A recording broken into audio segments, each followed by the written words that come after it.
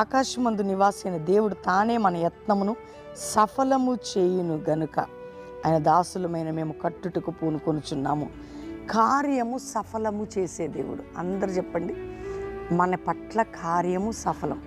మనము పూనుకుంటున్నప్పుడు అది వ్యక్తిగతమైనది, కుటుంబపరమైనది, ఆరోగ్యపరమైనది, ఆర్థికపరమైనది, దేవుని సహాయంతో మనం తీసుకుంటున్నప్పుడు కార్యము సఫలం చేస్తాడు ఆయన.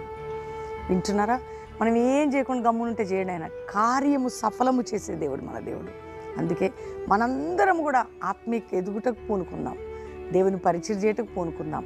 మన ఆత్మీయ జీవితంలో, ఆర్థిక విషయాలు, కుటుంబ విషయంలో దేవుని సహాయంతో వాక్యానుసారంగా అడిగేస్తున్నప్పుడు కార్యం సఫలం చేస్తాడు. నీ పట్ల కార్యము సఫలం చేయదు వాగ్దానం.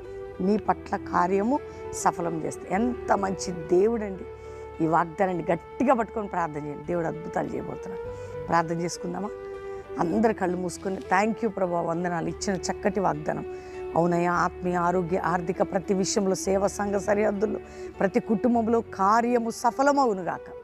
వారు చేస్తున్న ప్రయత్నాలు, వ్యక్తిగత విషయాలు, ఉద్యోగ విషయాలు, వ్యాపార విషయాలు, ఆత్మీయ ఎదుగుదల విషయాలు, ఆత్మ ఫలాల విషయంలో, అభిషేక విషయంలో, నాయన వారు చేసే పొలం పనుల విషయంలో, నాయన వారు చేసే వ్యాపార విషయాల్లో, వారు చేసిన ఇతర దేశాలకు వీసాల విషయంలో, ఇతర దేశాల ఉద్యోగాల విషయంలో, ఇల్లు కట్టుకునే విషయంలో, ఉద్యోగ నాయన తండ్రి ప్రమోషన్స్ విషయంలో, అంతేకాక మరి